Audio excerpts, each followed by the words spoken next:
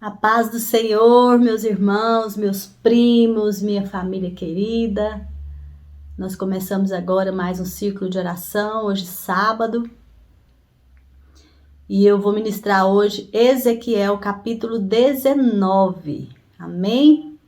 Senhor, que o Senhor possa ministrar aos nossos corações nesse dia de hoje. Começa por mim, Senhor, em nome de Jesus. Vamos louvar? Aleluia, Senhor.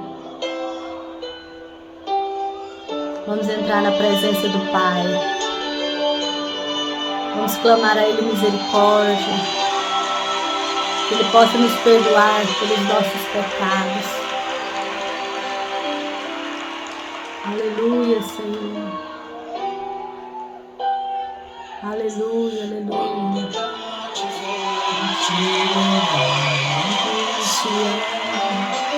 E os teus sacerdotes plantearam de aflição. O rei de vergonha e dor, caminhar no triste fogo forte do Senhor. Jerusalém, porque deixaste de adorar o Deus vivo que em todas as batalhas te ajudou. Israel, num lamento só, talvez Deus se lembre do bichinho de Jacó. Chora, Israel, Babilônia não é teu lugar. Ama ao teu Deus, Ele te ouvirá. O inimigo te libertará. Chora, Israel, Babilônia não é teu lugar. Clama ao meu Deus, Ele te ouvirá. O inimigo te libertará. Se você está vivendo em pecado, se você vive na Babilônia, preso, o Senhor pode te libertar. O Senhor pode lavar a tua alma. O Senhor pode refrigerar o teu ser. Ele é o bom pastor que te leva a águas tranquilas. Creia, se entregue, arrependa-se, volte para Deus. A porta ainda está aberta. Aleluia, Senhor. Porque deixaste de adorar o Deus vivo que em tantas batalhas te ajudou. Israel, num lamento só, talvez Deus se lembre do bichinho de Jacó. Chora, Israel, Babilônia não é teu lugar. Clama ao teu Deus, Ele te ouvirá. Do inimigo te libertará. Chora, Israel. Aleluia, aleluia. Babilônia não é teu lugar. O mundo de pecado não é teu lugar.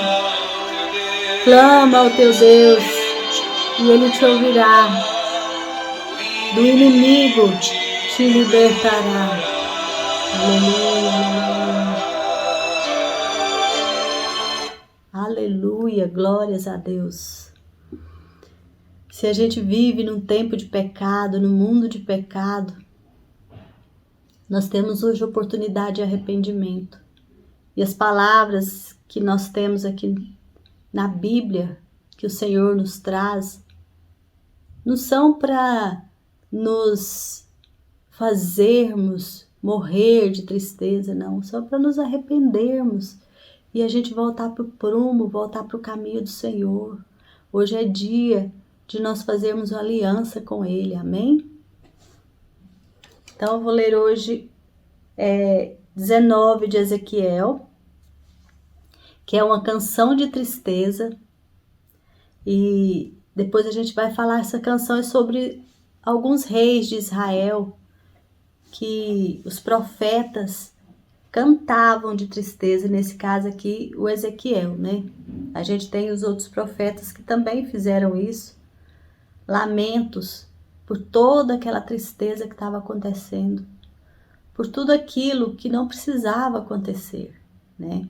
Às vezes na nossa vida também acontece coisas que não precisam acontecer, mas que acabam acontecendo pela dureza do nosso coração, pela rebeldia, por a gente não se entregar verdadeiramente ao Senhor. Então vamos ler aqui.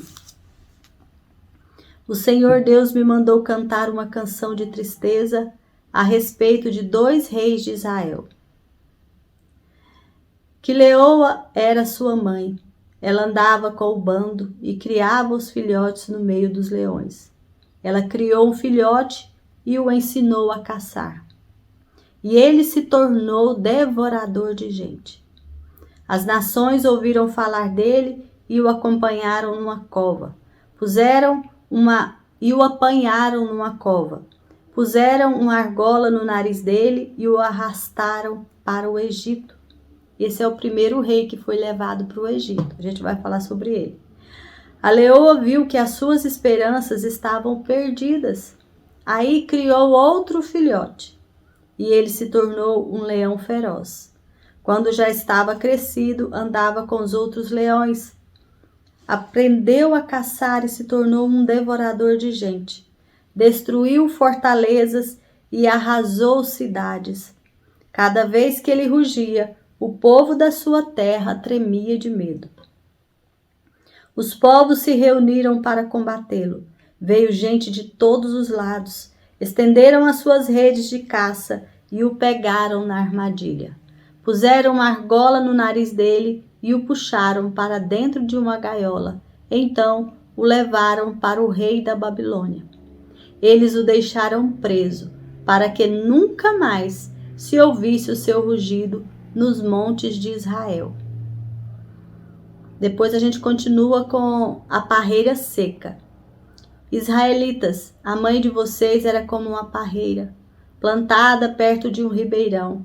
Ela estava cheia de galhos e produzia muitas uvas, porque havia bastante água. Os seus galhos eram fortes e cresceram até se tornarem cetros reais. A parreira cresceu tanto que os seus galhos chegaram até as nuvens. Todos viram como era alta e cheia de galhos. Porém, mãos furiosas a arrancaram pela raiz e a jogaram no chão. O vento leste secou as suas uvas, os seus galhos foram quebrados. Eles secaram e foram queimados. Agora a parreira está plantada no deserto, numa terra seca e sem água. O seu trono pegou fogo, o fogo destruiu os seus galhos e as uvas, os seus galhos nunca mais serão fortes, nunca mais serão cetros reais. Esta é uma canção de tristeza que tem sido cantada muitas vezes. Então a gente leu aqui uma canção de tristeza. Por que se faz uma canção de tristeza? Porque se vive num tempo de tristeza. E qual que é o tempo de tristeza? É o tempo de afastamento do Senhor. Porque quando nos afastamos do Senhor, nós vivemos tempos de tristeza. Angústia, melancolia, desespero, solidão. Tudo isso se apodera de nós quando nós estamos afastados do Senhor. Porque a presença do Senhor afasta todo o medo. A presença do Senhor afasta toda a angústia. A presença do Senhor afasta toda a preocupação, todo o desespero, toda a melancolia, toda a falta de vontade de viver.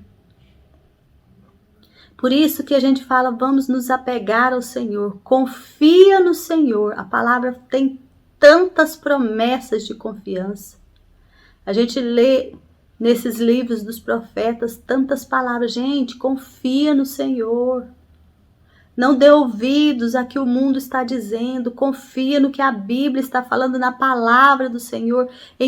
Lembra de tudo que Ele fez na sua vida. A Sarinha, no dia do círculo de oração dela, ela falou sobre o Salmo 103. Confia no Senhor, não esqueça das bênçãos que Ele fez e que Ele faz. As bênçãos que Ele tem feito na nossa vida. Gente, basta a gente olhar para o céu, basta olhar para os pássaros, para a natureza. Quantos animais, quem dá comida para eles? Quem dá comida para os pássaros? Milhares e milhares. Eu não sei se vocês já assistiram aqueles filmes da Nacional. Milhares de animais, quem dá comida para eles? E aqueles pássaros com vestes lindas e maravilhosas. Nem Salomão se vestia daquele jeito. Os lírios do campo, nem Salomão se vestia daquele jeito. Então, gente, nós temos que confiar no Senhor. E infelizmente aqui é um lamento, né? E esse lamento eu anotei aqui. Ele fala, na primeira parte aqui, ele fala de 2 reis de Israel. Que é o rei Joacás e o rei Jeoaquim. Esses 2 reis, eles eram filhos do rei Josias. O rei Josias era um rei bom. Mas no último dia da vida dele, nas últimas horas do tempo dele, ele resolveu fazer alguma coisa por si mesmo e pela teimosia dele, ele foi morto. Então, eu fiz aqui uma anotação, por exemplo, Josias. Vamos começar lá para o Josias. Ele fez reformas, ele trouxe o povo de volta para Deus, ele fez a Páscoa tão linda, né? Mas aí no final, durante o reinado dele, o faraó Neco, ele se juntou, o exército dele, e ele foi até o rio Eufrates para ajudar o rei da Síria a combater Nabucodonosor, o rei da Babilônia. Eu acho que ainda não era Nabucodonosor. Era o rei da Babilônia, o pai do Nabucodonosor. Então o rei Josias, ele saiu para ajudar a Babilônia contra o rei Neco. Mas lá nessa guerra ele se disfarçou e por acaso, não tem nada por acaso, né? Uma flecha o acertou e ele morreu nessa guerra. Está lá em 2 Reis 23, 29. Quando ele morreu, o filho dele, Joacás, foi colocado no trono.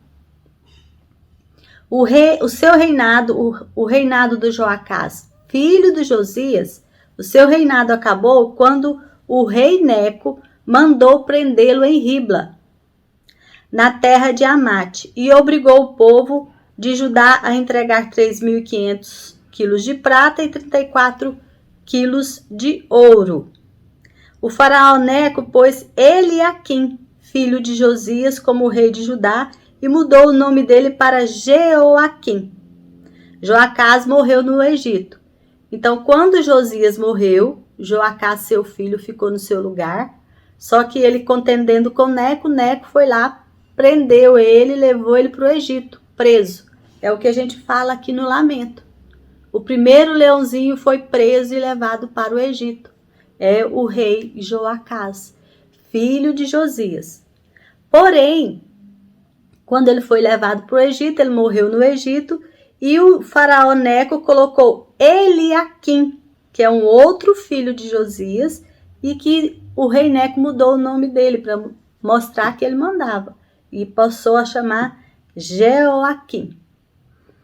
Jeoaquim, ele foi preso por Nabucodonosor e levado para a Babilônia. Está lá em 2 Reis 36, 6. Ele foi preso com correntes e levado para a Babilônia. Só que essa primeira invasão, eles simplesmente levaram o rei, levaram algumas coisas, deixou o reinado por conta de Judá. E Judá colocou no lugar de Jeoaquim, Joaquim, o filho de Jeoaquim. neto de Josias. Nabucodonosor invadiu Judá, levou Joaquim preso para a Babilônia e junto com ele toda a riqueza e todas as pessoas de valor, ou seja, úteis. Deixou no seu lugar Zedequias, seu tio. Então, quando Joaquim foi preso, esse Joaquim é que a gente estudou ele muito ali em Jeremias, aqui em Ezequiel também, é o filho do Jeoaquim, neto do Josias. Ele foi preso e Nabucodonosor entrou e levou tudo. E aí Nabucodonosor tomou conta da parte política do país também. Que Nabucodonosor colocou o tio de Joaquim, o Zedequias, que a gente conclui que é filho de Josias, como rei. E Zedequias é o lamento da segunda parte, da parreira seca. Essas duas partes aqui são esses dois reis, Joacás e Jeoaquim. Então, primeiro, Judá colocou Joacás. Ele foi um leão feroz, comedor de gente, ou seja, ele não fez o que agradava o Senhor. E o Senhor o tirou, e no seu lugar ficou Jeoaquim, o seu irmão. Mas ele cresceu e fez o que não era bom diante do Senhor. E o Senhor o tirou. O seu filho ficou no lugar. E também levou, vamos dizer assim, a herança que o pai deixou, né, de coisas más. Porque ele reinou alguns meses. E Nabucodonosor voltou ali, prendeu ele com correntes, levou ele para a Babilônia, preso a correntes. E arrasou com o país. Mas ainda deixou uma esperança, que era Zedequias. Zedequias ainda ficou lá. E Zedequias teve que fazer um pacto, uma promessa, um voto em nome de Deus, que ele ia ser fiel a Nabucodonosor. E é ali que a gente vai ver a parreira seca. Vamos falar um pouquinho de Zedequias. Está lá em 2 Crônicas 36, do 13 ao 21. Zedequias, que era o tio de Joaquim, que é o último rei que Nabucodonosor levou. A gente lembra da história de Zedequias, que Zedequias foi preso pelo Nebuzaradã, que Nabucodonosor condenou Zedequias a ir preso para a Babilônia, mas antes de levá-lo preso, Nabucodonosor mandou furar os seus 2 olhos. E antes de furar os seus 2 olhos, matou os seus 2 filhos na frente dele. Olha que terrível. Então, quando Nabucodonosor invadiu Jerusalém, levou Joaquim preso, deixou Zedequias e fez um voto. Zedequias fez um voto confirmando que iria ser servo de Nabucodonosor, que iria ser fiel. E aí vamos ver o que aconteceu. Zedequias se revoltou contra Nabucodonosor, que havia obrigado a jurar pelo nome de Deus que seria seu aliado. Foi teimoso e não quis se arrepender. Não quis voltar ao Senhor, o Deus de Israel. Ou seja, Deus estava dando mais uma oportunidade para Jerusalém. Era mais uma oportunidade. Deus é longânimo. E nós hoje estamos recebendo mais uma oportunidade. No entanto, Zedequias não quis se voltar ao Senhor. Olha, Zedequias, o rei, as autoridades, os sacerdotes, o povo foram cada vez mais infiel. Quanto pior ficava a situação deles, pior eles estavam diante do Senhor. Tanto é que eles tiveram a capacidade de profanar o templo de Deus, a casa onde Deus tinha escolhido para ser adorado. Ali era o lugar onde Deus tinha escolhido para receber a adoração do seu povo. E aquele povo foi rebelde, aquele povo não, por mais que acontecia coisas ruins com eles, mais duro o coração deles ficava. E eu fico me lembrando de Apocalipse, que fala que vai acontecer coisas terríveis, só que a nível global, a nível mundial. E as pessoas não irão se arrepender. As pessoas não irão se voltar para Deus. Irão blasfemar, irão brigar, irão xingar o Senhor, irão culpar a Deus, mas não irão reconhecer que aquilo tudo está acontecendo por causa dos seus próprios pecados. Tanto é que hoje a gente olha para o planeta, você liga qualquer rede social, coisas terríveis estão acontecendo. Vocês acham que Deus gosta desse tanto de assassinato? Pessoas abandonando animaizinhos para morrer à míngua. Pessoas matando crianças. Escravizando. Tráfico de pessoas. Orgulho, rebeldia, maldade, ganância. Vocês acham que Deus se alegra com isso? Esse pecado, ele está chegando ao trono de Deus. E já está chegando o tempo do juízo de Deus, porque Deus tem mandado profetas, arrependam-se, arrependam-se. Nós temos a Bíblia que tem nos mostrado, gente, não é esse caminho, o caminho é Jesus. Sigam os passos do meu filho veio, ele deu a vida dele por você, arrependa-se, é tempo de arrependimento. Mas o que a gente tem visto são corações duros, pessoas que colocam dinheiro na frente de Deus, que colocam casas, todas essas coisas materiais na frente de Deus, que colocam os seus próprios problemas na frente do Senhor. Então Deus continuava a avisá-los por meio dos seus profetas. Mas ele fazia isso porque tinha pena do povo, porque ele tinha pena do templo dele. Mas eles rejeitavam a mensagem. O que o povo fazia? Ria, zombava, criticava. Hoje, muitas vezes você vai falar de Jesus, a pessoa zomba, critica. Olha o que eles fizeram nesse carnaval, zombando de Jesus, criticando de Jesus. Olha as coisas que a gente vê nesses protestos aí. Pessoas indo em frente à igreja fazendo aborto de Jesus. Coisas terríveis estão acontecendo. Assassinatos, roubos, homicídios, latrocínios, tudo que você pensar de ruim tem acontecido. E vocês acham que Deus não está vendo? Deus está vendo.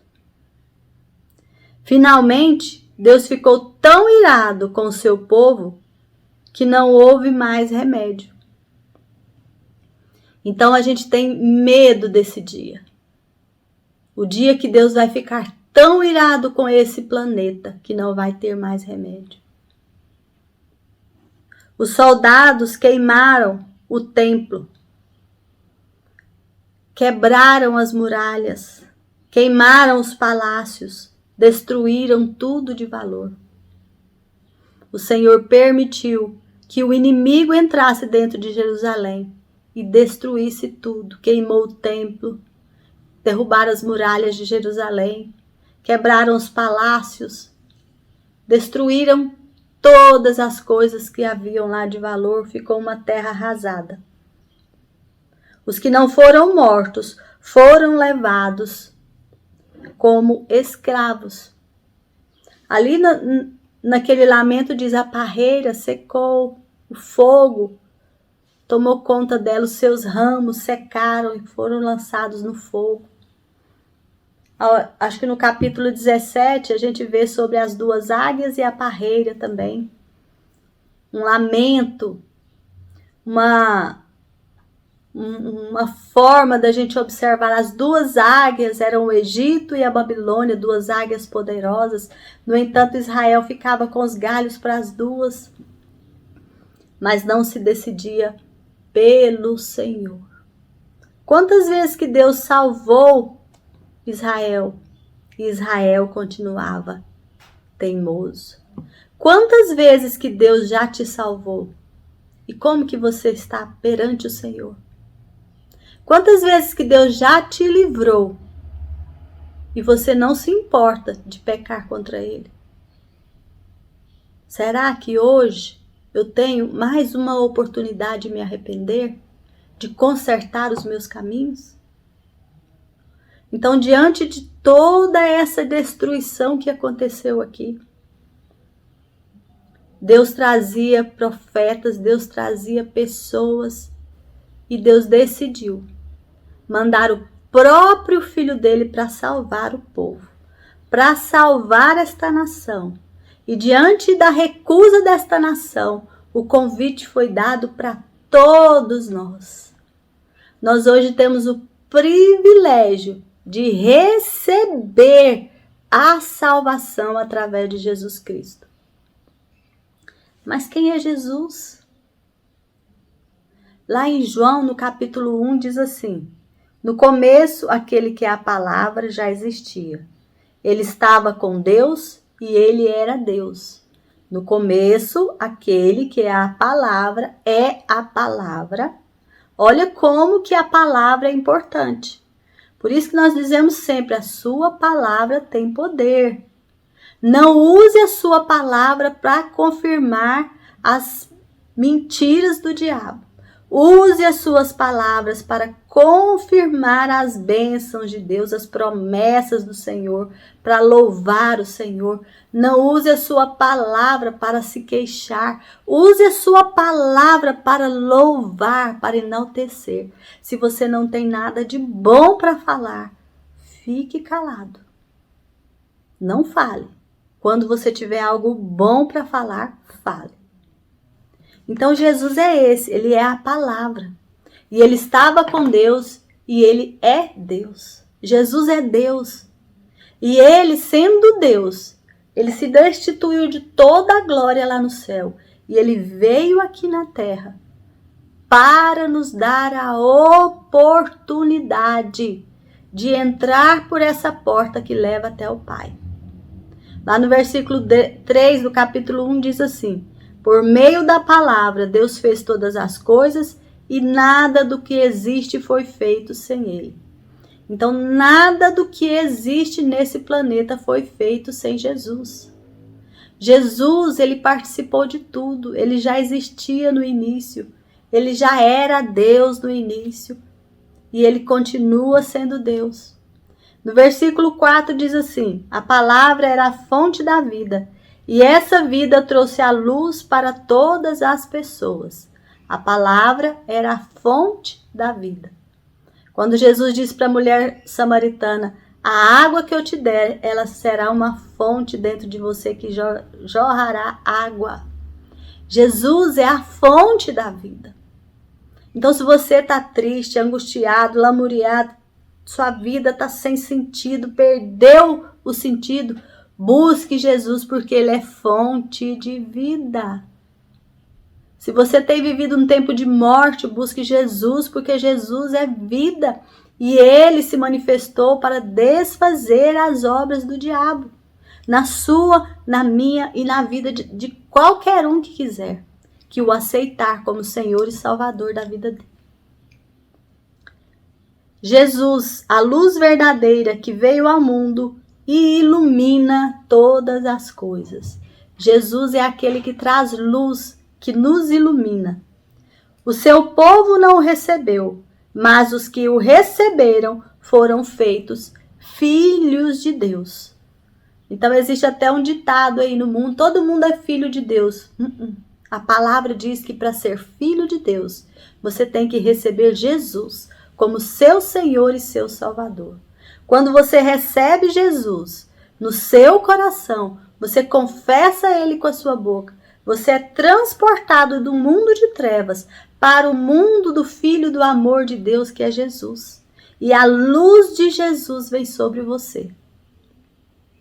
A palavra se tornou um ser humano e morou entre nós. A palavra, Jesus, se tornou um ser humano e morou entre nós, cheio de amor e de verdade. Jesus veio trazer amor, Jesus veio trazer verdade. E nós vimos a revelação da sua natureza divina natureza que ele recebeu como filho único do Pai. Ele veio à terra, ele se revelou a nós, ele nos mostrou a natureza divina dele e viveu entre nós, nos ensinando a amar, nos ensinando a viver em verdade, nos ensinando a sermos humildes, nos ensinando que é através do serviço que nós vamos servi-lo, o serviço ao próximo, servindo ao próximo, nos ensinando que nós estamos aqui não é para ser servido, mas é para servir.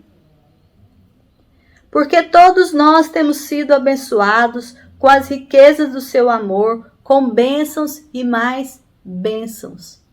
Até mesmo aqueles que não sabem têm sido abençoados com bênçãos e mais bênçãos. Quando você para olhar a sua mesa todos os dias, no almoço, no jantar, café da manhã, lanche, você faz receitas variadas, você até se cansa de comer aquele tipo de carne. Quero outro tipo de carne. Quero outro tipo de verdura, quero uma comida diferente. Até isso nós temos o privilégio de podermos gozar de comidas variadas, roupas variadas, adornos variados. No tempo do frio nós temos o que nos aquecer, no tempo do calor nós temos algo para nos refrigerar. Nós somos abençoados e abençoados ainda com a vida eterna. Nós temos esse privilégio da vida eterna ao lado de Cristo. Eis o Cordeiro de Deus que tira o pecado do mundo. Esse é quem batiza com o Espírito Santo. Esse é Jesus. Jesus, ele é o Cordeiro de Deus que tira o pecado do mundo. Porque precisava de uma vida para gerar vidas e a vida dele foi entregue para gerar vida para nós. E ele nos batiza com o Espírito Santo. O Espírito Santo é aquele que convence da justiça, do juízo e do pecado. É aquele que consola, é aquele que instrui, é aquele que nos leva até Jesus. Abra o seu coração. Por isso, hoje a minha mensagem é: arrependa-se e volte-se para Deus. Arrependa-se. E eu quero deixar um versículo aqui final. João 14:6. Eu sou o caminho, a verdade e a vida. Ninguém vai ao Pai a não ser por mim. Então, hoje é dia de arrependimento. Hoje é dia de se voltar para Jesus. Faça uma nova aliança com Ele. Renove a sua aliança. Dentro do seu coração, decida servir ao Senhor Jesus. Mesmo que em volta de você esteja passando por um tempo de trevas, por um tempo de batalha, por um tempo de vale de sombra e de morte. Creia que Ele é o seu pastor e que Ele pega na sua mão, te tira desse tempo e te dá a vida eterna. Amém? Glórias a Deus, aleluia. Quero agora orar pela minha família. Senhor amado, em nome do teu Filho Jesus, eu coloco diante do Senhor a minha família, a minha mãe, Pai. Hoje eu quero orar especialmente pela minha mãe. Ela tem passado um tempo, Senhor, de deserto, um tempo, Senhor, de muita preocupação, de angústia, de desespero. E eu quero pedir ao Senhor que o Senhor envie os teus anjos agora, Pai.